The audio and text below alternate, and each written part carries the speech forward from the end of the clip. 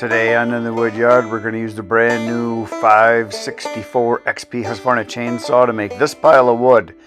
And we're going to be using the Wolfe Ridge 17RS splitter. My brother and I cut down these trees, I don't know, maybe a couple weeks ago, and we're going to be cutting out. This is trees that were on my dad's land that will not go through the processor. They're either too crooked or too big or just odd shaped stuff. So we made a pile. We're going to cut it all by hand. There's probably a little more than a full cord here, and we worked on it. So I did the cutting, and my brother Eric is doing the splitting, and we just kind of worked together to get this done. All this wood is going for boiler wood from my brother. He's got a wood boiler, and this is all stuff from my dad's land. He helps me cut a lot of my stuff in the processor, loading wood, and so anything that is on my dad's land that he can use. Some of it I'm taking, but this is stuff he's taking. And because it's all odd size stuff and he was using the splitter, he doesn't have a very good back and he can't lift a lot, and I don't really want to lift it either. A lot of the rounds are, 200 pounds, the big ones. So we're ripping them down, just saves a lot of work. The saw ripped really good. But when I started, I obviously had a sharp chain. I ended up sharpening it, I think, like 3, maybe 4 times. Because I did hit some stuff in the wood. I know I hit one piece of fence. I hit a little piece, I remembered that. And one time I had the chainsaw in the tractor, in the grapple, and I wasn't paying attention. I actually hit the grapple on the backside. And I think there's a little bit of stuff on the ground I would go through once in a while too. And in this red oak, it tends to be kind of like a fine powdery sand that's in it, in the bark especially, because it's been standing dead for years. So a lot of times you get kind of dirt that's in the bark, in between the bark and the actual solid part of the tree. And you can see little sparks once in a while, even in the daylight. So it's kind of tough on a chain cutting this stuff, but it is great firewood. There's some stuff here, obviously it's a little punky, some stuff that's a little rotten, but it all burns, and my brother doesn't care. He's burned just about every kind of wood there is, and he said his favorite wood is dry wood because it works good. So this oak he'll be using probably next year, the year after, and he tends to burn the good quality wood, the oak, locust, if he gets any hickory, stuff like that, he'll burn that in the middle of winter on the really cold days. But a lot of the time during the year, early in the season, and even during the day in the winter time when it's cold, and then especially in the springtime, he'll burn red pine, white pine, jack pine, aspen, box elder. It just doesn't matter. It all burns. Yes, you don't get as much heat per piece, but it all burns. And one year he had all red pine. That's what he heated his house with for a whole year, was red pine. He had access to a lot of it when he first moved into his house that he's got now, and that's what he had available. So he cut a bunch of it because there was a lot for free, and he said it burned great. And then he said his favorite wood to burn actually is aspen, because it burns so clean and fast, and he fills up his stove in the morning and fills it up at night. And as long as it's not super cold, below 0 temperatures, he said it's just fine. It heats the house great. So no problem with it all. The nice thing about the aspen, obviously, there's a lot of it. It cuts easy, splits easy, dries fast. So there's that. But this is red oak. And this stuff does cut a little tougher. The white oak and the red oak, to me, and hickory and locust are like the 4 kinds of wood that cut the hardest. There's some other stuff too, I'm sure. Not by us though. We don't have Osage orange, stuff like that. We do have some of the harder cutting woods. And so yeah, I'm ripping these down, as you can see, just to make it easier to handle. And I kind of wanted to test out the Husqvarna 564Xp because I only had 1 tank through the saw, maybe 2 before this. And ripping is a good way to find out what your saw will do. If you've got a little saw, more than likely you won't be doing a lot of ripping. 50cc is like the minimum I think you'd want for ripping. So if you've got a little 40 or 30cc saw, you're probably not going to rip very much. Sharp chain obviously works really well. And no, I don't use the skip tooth chains. I just use the full house chains, the full chisel. I think that works really good. And I do use Oregon chains, and I do use Husqvarna chains. They all cut really good. Doesn't really matter to me. But you can see it's cutting really well, and The ripping that I'm doing, some of them I'm only splitting it, ripping in half. Some of the smaller ones that aren't super heavy, and any of the other ones that are real big, I'll rip those into even quarters sometimes just to make it easier to handle. And a lot of people say, oh, you should get a log lift. Well, yeah, log lifts are nice, but you still got to get the round to the log lift. So there's all that handling that we're eliminating here. These you can just pick up and throw on the splitter and go. So as far as time saving, yeah, you might save a little time with a log lift if you've got all of your pieces really close, or you can get them there very easily, like whether you're rolling them or pushing them with a tractor bucket or skid steer. But you still got to roll them on and you still got to lift them up, and there's just as much handling either way. And I find I enjoy cutting more than splitting, so I'd rather cut them. I just enjoy cutting wood a lot, so to me it's no big deal, especially if you've got a decent saw. My favorite saw for ripping is my Husqvarna 592, because it's got a lot of power, and it's got so much weight that you just kind of let the saw fall through the wood. But this new one, this 564, did a really good job. And I think, like I said, I had a tank or two through it before this. This day, I think I ran, boy, I might have had 3 tanks through it if I was just to guess, cutting all this stuff out. And then I cut a bunch in the afternoon in our woods. I cut a bunch of aspen popple trees down too. So I think that whole day I might have cut somewhere around 6 tanks. And then a couple of days later, I ran another 3 or 4 tanks. So, and you'll see that coming up in future videos. But I've now run somewhere between 12 and 14 tanks through the saw, and it's been cutting just great. I really like it. It is just a sweet, quick, smooth running saw. It's got real fast throttle response, obviously, with the fuel injection. They did an even better job with the anti-vibe. It's just super smooth. There's very, very little vibration. If that's something that bothers you, this would be a good choice. You see the big noodles coming out of there, so that's pretty cool. But yeah, it was fun. It was fun to cut like this. I try to quarter the ones that are a little bit heavier, so they're easy to handle. And it actually saves on splitting time, even though you're cutting extra. But it's fun cutting. I had some hollow stuff like this that was kind of, you get good stuff on the outside, but obviously the inside was all rotten, but it's still kind of fun. This was the bottom of a big tree I cut down this last winter, and that was kind of cool. I put the camera right inside the log so you could see the saw go down through it, so that was kind of cool to see. And so yeah, the saw's light. It's not heavy. I would say it's a little lighter than like a 562 in my hands. I am running with the light bar, which I really like those a lot. I definitely will be getting more of those. I'm not probably ever going to buy a regular bar again after running enough of these, unless it's not available in that particular size. For those of you that want to know, it's a 24-inch bar. That's what I use 90% of the time.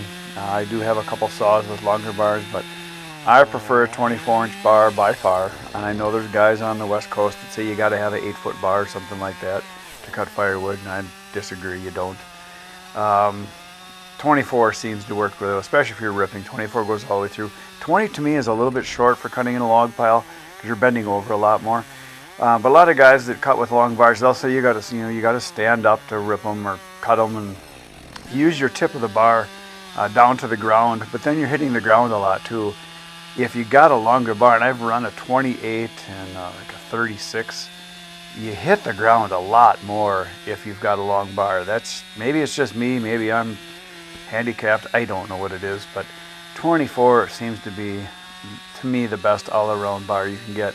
And if you're cutting big trees down, 24-inch, if you're cutting from both sides, will give you a 48-inch cut, which for us here in the Midwest, and I know a lot of places in the East, you're not going to have a lot of trees much over 30 inches. And that's a pretty good size tree. Once in a while you get a 36 or a 40 incher, and this saw will pretty much take them down. I do have a couple of 3120 Husqvarnas. One has got a 42-inch bar and the other one has got a 60-inch bar. So if I really want a big bar, I can do it. But they're not fun to run. It's too much to carry around, and especially if you're in the brush and you're fighting the brush and you got that tip hanging way out there and you're hitting the ground all the time. I hit the ground more than I want, even with the 24-inch bar here. You can see I'm getting really close right there. And that's the other thing. See how I'm bringing the saw down almost horizontal with the ground? Because I don't want to hit the ground. And if you're cutting a chunk of wood or a log on the ground and you're using that tip to go down and you're standing keeping your back straight, unless you're like an expert, I mean expert, you're going to hit the ground occasionally, and even experts hit the ground. It just happens. Like I say, if you don't hit the ground occasionally, if you don't pinch your saw occasionally, if you don't throw a chain occasionally, you don't cut very much, because it happens. It just does. But yeah, it's a real smooth saw. The one thing about it that's kind of hard to get used to is there's no choke and there's no on position. It's always on. All there is an off button you push down with your thumb, which is the right direction to push in my opinion, because there are saw brands that you have to push up to shut it off, which that doesn't make sense to me. But like light switches, you know, up is on, down is off. Just kind of an easy way to do it. Plus it's more convenient because your thumb is right on the back and your index finger is on the throttle, so your thumb is just naturally right over the stop button. So if you want to flip that switch, you can turn it off real fast. But yeah, ripping did really good with this saw. Now, in my opinion, a lot of people will ask me, you know, what do you really think of it? What's it really like? I'd have to say it's very close to a 572. Very close. Very close to the 570 or the 372, if that's your flavor. Very close to a 462. It's right in that range, but it's lighter. Now, I think it probably has more speed, and that's just my opinion, just from what it felt like. I'm not going by the actual statistics or whatever it's listed as for weight or bar speed. I go by what it feels like. I don't care if it weighs a pound. If it doesn't feel right, it's not right. And if it weighs 50 pounds and it feels comfortable, then it's right. It doesn't matter. It's just a really nice, comfortable saw to run because of the size of it. And everybody thinks this is going to be the golden calf, so to speak, that it's going to be just perfect. No, there's no perfect saw. But for a guy that's going to buy a saw, that wants to get a pro saw, that wants to get something with a little more power, something more than like a 50cc saw, this is an excellent choice. I think the 562 is a very good choice, and I think the 572 is a very good choice. Any one of those three and you'll be very happy. The nice thing about the 564 is it's lighter. In my hands at least, it felt lighter than even the 562, and it definitely has a little bit more speed or a little more power. It might not be quite equal to a 572 or a 372, but you'd have to go back and forth cutting, you know, a tank with one, then a tank with the other, then a tank with one, then a tank with the other, to really know and obviously have equal chains as far as sharpness and everything. But it is a very nice smooth saw. I'm liking it a lot. I cut with it pretty much the last 3 times I cut. It's all I used was the 564, just to kind of really get a good feel for it. Here I'm just touching up because I did hit the ground. For those of you that haven't been around, yes, I use a rotary tool that's a ease do, and I use the Oregon 7/32 bits, just kind of bringing it back a little bit. And but yeah, that's how fast it is. Now there's some people that say, oh, you're ruining your teeth, you're making them untempered. Like, no, they don't even get that hot. They get a little warm. If you saw any smoke coming off there, that's bar oil or sawdust that will burn.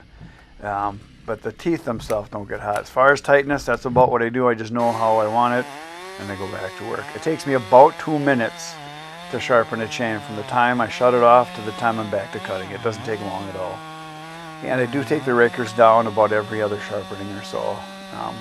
Now in my comments on my videos, lately I've been having guys make comments because I did a video on when it's time to change your chain in your chainsaw. And there was 3 or 4 guys that made comments that chainsaws cut better the shorter the teeth get. That's like saying your car has, or your truck has better traction when your tires are wore out. Or if you're 70 years old and you have half the strength you used to have when you were in your 30s, you're going to be better. I don't think so. If chainsaw chains cut better when they're really short teeth, that's how the manufacturers would make them. Wouldn't you think? And if tires on your truck were better with very short depth in the tread, that's how they would make them. I think I want more teeth than less. Every time I put a new chain on, I'm like, finally, it's better than what I had. And I would take mine down basically to about 2/3 gone. When you're down to about 1/3 left, yeah, you're going to still be able to sharpen it. Yes, you can take the rakers down. Yes, you can cut your gullet deeper on it. But that doesn't mean that it's going to cut better than a new chain. And to me, on a new chain, you can touch it up a little bit, and you can take the rakers down a stroke or two as long as you're consistent, you know what you're doing. And I do not any longer use a depth gauge. A lot of people say, oh, you got to use a depth gauge or a progressive depth gauge on your rakers. No, you don't. Not if you cut a lot, you just know. When I put the saw on, I want the saw to pull me into the wood. You want to feel that resistance. You got to pull back a little bit, but you don't want it to be so much that it's chattering and bouncing. You don't want that either. Obviously, one of the things that makes a big difference is the kind of wood you're cutting.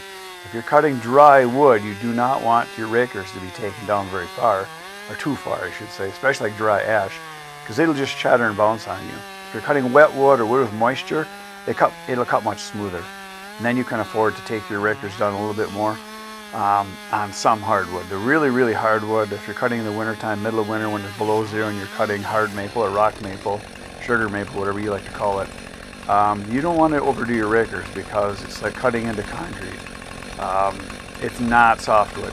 For those of you that cut softwood all the time, or if you've seen videos of guys that are either arborists or loggers, and they got massive streams of chips flying out of the back of their saw, and they're laying into a piece of white pine, which is like cutting melted butter.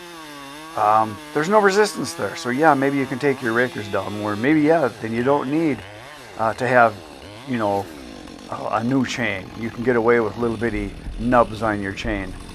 But I don't know, it's like if you're going to be drilling something with a drill, would you rather have a drill that's not sharp or with a worn out tip? No, I think you want it to be new as possible. Newer is better. I guess I compare it also to like a truck. You know, there's a lot of guys that like old trucks. Yeah, they look cool and everything, but if you had to go on a trip where you're driving 5,000 miles, do you want to be in a truck that's stiff and uncomfortable, no air conditioning from 1949, or do you want to be in a brand new, really nice 3/4 ton, you know, a really nice truck to ride those 5,000 miles? Or if you're towing or hauling. I'm not a real fan of old stuff. I like the new stuff myself. I wish I could make my body newer, because I'm not liking getting old. I like to, you know, do all the things I wanted to do when I was in my 20s and 30s, still in my 60s, and it's just, it's not as much fun when it hurts all the time. And yeah, I'm not afraid of bending over. It's good to stretch. So you can see there I got my hikes boots on. I use those quite a bit when I'm cutting. I don't like wearing them all day long. I have plantar fasciitis in one of my feet, so I'm only good for about 4 or 5 hours in those, and I did put some decent inserts in there, and I've got some arch supports in there. That helps a lot. But I don't like wearing the boots all day long. I actually have a couple different pairs of hikes. I think I've got 3 different pairs, and I'll switch them out halfway through the day, change my socks, and my feet feel all happy again, so that works. The pants I have on are chainsaw pants. For those of you that want to know, they are cloggers. They are denim looking type jean pants. I don't know if it's some type of a nylon, but they're kind of a heavy duty, so when you wade through brush, nothing hooks on them, so that's really nice. And they do have the Kevlar on the front sides. Real nice pockets, so you could put in a wedge and things like that. But very, very comfortable pants. The more I wear them, the more I like them. And they're very good protection. The only 2 negatives I would have to say about the clogger jean type saw pants is, number 1, they're kind of warm. So you really wouldn't want to wear these unless it's probably like 40 degrees and below. They are fairly warm, so they're not going to be the kind of pants you can wear in the summertime for cutting. They're pretty much going to be cooler weather or wintertime type pants. And the other thing, the other drawback is they are not cheap. I don't know the exact number, but it's like a $400 range. They might be $375, they might be $425, I don't know. They are not inexpensive, but like my good friend Adam would say, what is the price of safety? If you were to just wear regular jeans and cut your leg, people would say, oh, that's no big deal. Well, the average stitches for getting a chainsaw run through your leg is around 100 stitches. And that also means that you're going to be not just in pain and have to pay for the stitches, you know, the going to the emergency room. You're going to have some downtime. And I know of 3 different guys that have been cut by chainsaws that ended up getting infection and were off work for weeks. So you're out of work for weeks. So good safety gear, boots, pants, gloves, helmet, ear protection, face protection with a shield is really a very good investment, because you're going to be able to work longer, more comfortable, and safer. So there's that. I would highly recommend getting decent safety gear, because if you are cheap and you don't get the good stuff, you're not going to want to wear it. Get what's comfortable and what works. That's my opinion, but not everybody. Some guys like to save money and then end up spending more money on getting hurt. The little purple thing on my head, see, people have been making comments about that. That is actually a neck gaiter for covering up your face. You wear it around your neck and then you put it up over your mouth and nose for sawdust protection. I got that actually from Arb Session in Green Bay. They gave them out for free. I've got a couple different ones. And the reason I wear it is it's super lightweight. It's kind of like a nylon-y material, stretchy stuff, almost like a real light fabric. And it's open on both ends, but I put it down over to, so it's on my eyebrows and then to the back of my head. And it soaks up sweat really well. And because I don't have any hair, the little hair I have, I got it shaved right down to just nothing almost. When I start sweating, it just runs right into my eyes and down my neck and down into my ears. And having that protection, and I got a couple different beanies that I wear, or you know, little hats that I can wear that help. But that thing seems to be the best that I've found, especially in warmer weather. And what happens is once I get all hot and sweaty and it gets full of moisture, I can take it off. I can shake it out and almost all the moisture comes off, and then I turn it around so the other end is on my head, and that's dry, and then the wet part's hanging out the back, and by the time I get the front part sweaty again, the back part is dry. And like I said, I got a couple of them, but they're awesome. I don't even know if they sell them or if they just give them away with orders, or if you can find something like it, but I have found it's very, very nice to wear underneath.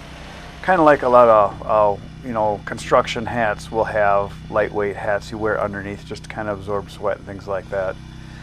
Here I'm just refilling. Like I said, I think I went through 3 or 4 tanks. I'm not sure what I went through. But yeah, you just purge it. There's no choke again, and you just start it up and go back to cutting.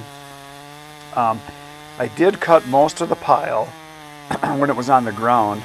Because I was able to have the logs kind of on top of each other. And then a lot of times when I cut right on the ground, I'll kneel down. I think you'll see that coming up later. I kneel down. I do that a lot. Once in a while, if there's a log there, I actually sit down and I'll cut, so I'm not bent over the whole time. But lifting it up with the tractor like this is very nice. And a lot of guys ask, how come I don't do that all the time? Because it takes a lot of extra time to do it like this. Because you got to put the saw down. You got to get the tractor, start it up, move some stuff, pick up a log, get it the right height, start your saw back up, pick it back up. It's just time-wise, it's faster to just cut. I almost crushed my saw right there. I saw it right at the last second when I set the log down and went and moved it. But here, yeah, we're just cutting these down to rounds here. And these are some pretty good sized ones. They might not look big, but I would guess 150, 160, 70 pounds, I don't know, more than I want to lift. And by ripping them in half and then in quarters, saves a lot of work for lifting, especially when you get old. They're heavy. So you saw me ripping there, and I kind of turned that one by turning to the side. And if I cut down and I'm on a log, I'm not afraid, obviously, where you think you're going to hit the ground. But if you're like here, what I do is I get down to the bottom, and you can tell when you start getting to the bark, so I'll start feathering it out. And I lift it up right there, and I give the saw a little twist. I kind of turn it, and right, you know, if you can see me do it right there, I didn't have to because I got down to the bark. But I give the saw a little twist in my hand, kind of turn it horizontally or kind of twist it like a pry bar, and the wood will pop apart when you get down into that cambium layer. Right there, you saw it, I just did it. Right there, I did it again. There, I did it again. And again here, I'm just kind of moving the pieces out of the way because we're getting so close to the wood he was working on. I'm going to lift it up and then cut it. So did a lot of ripping.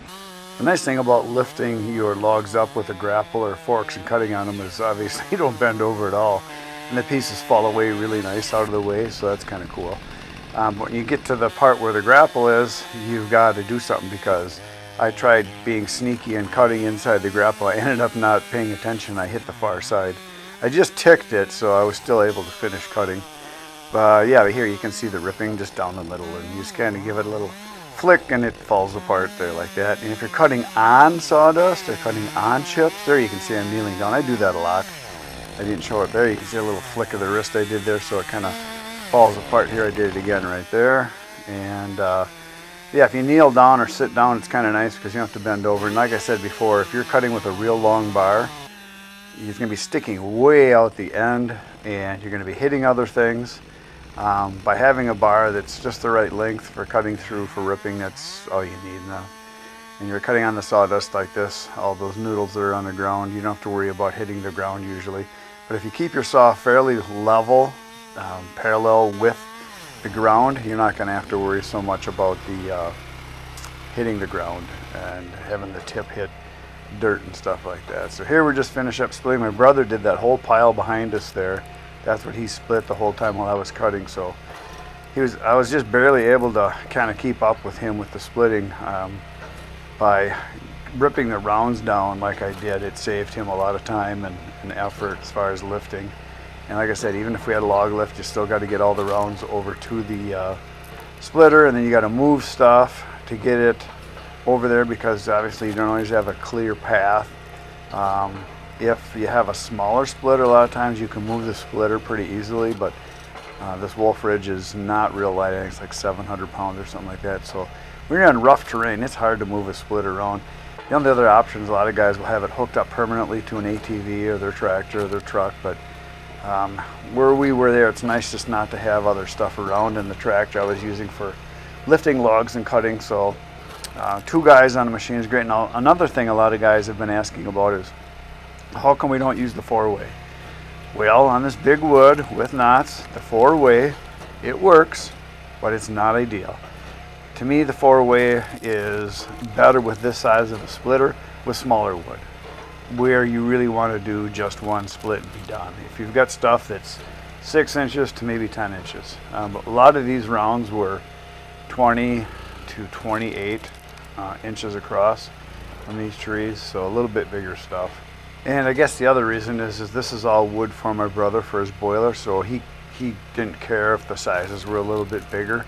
Like stuff like that, sometimes I'd ask him if he wanted me to throw it back through, and he would like, nah, just chuck it.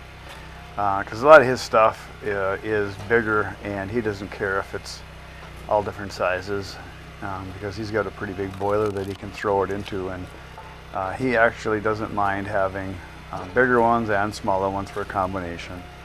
And he does know that the stuff dries faster smaller, but this stuff won't be used probably for 2 years. He usually has 2 to 3 years worth of wood to go that he's got cut.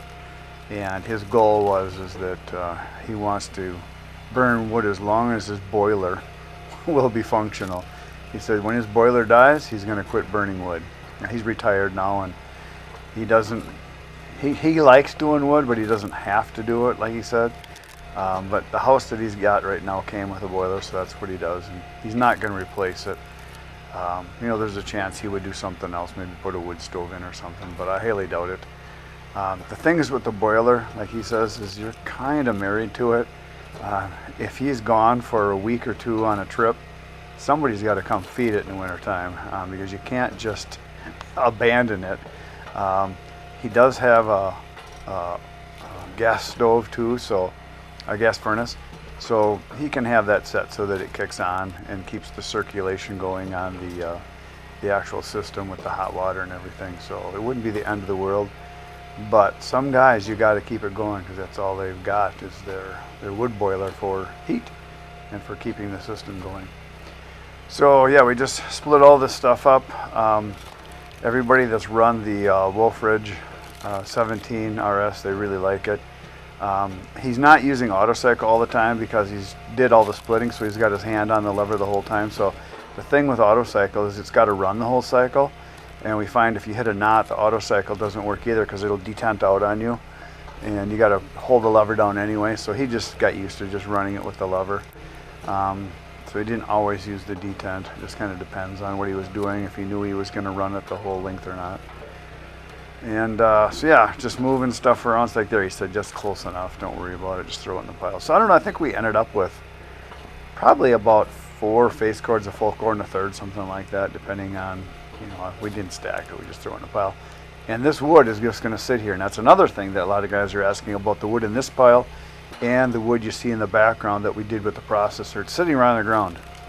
And yes, I am a proponent of getting your wood off the ground. However, this is stuff I needed to get split because I had the machine and I needed to get going with it. And this area is actually a high spot on our land. And if you've been watching the videos, you did see that there was a bunch of mud sitting about where you see the processor in the back and where the blockbuster is sitting. And that's because there's a little dip right there, and that is kind of a muddy area. But overall, this soil that we're on is pretty much all sand. It's very, very dry there. It's actually the only thing that really grows there is some grass and some pine trees. There's not much else that'll grow. And when we had our Christmas tree farm in this area here, we had to water the trees. We had an irrigation system set up with hoses, and if we didn't water them, I think one year my dad went to Alaska and he was gone for 5 weeks or something. In the middle of summer, he went up salmon fishing because he retired when he was like 56. So he went on a lot of trips between when he retired and now. And one year he was gone and he lost, I think, like 5,000, 6,000 trees that they just burned up, and right in this area because it was so dry there. There's just not a lot of moisture. So the wood will dry here fine, and yes, some of the stuff on the bottom probably won't dry as much, but what I will do is I will take the wood from the top, work my way down as I haul it away and sell it, and it's more than 50% dry already. And so there you go. We finished up, and there's the sawdust from the noodles. There's the pile of wood. And our dad had to stop in and inspect it here. He wanted to know what we got done because he stops by a couple times a day just to point and talk, and kind of nice to see him every day when we're there. So there you go. There's the work we accomplished. There's the saw that did the work and the splitter that did the work.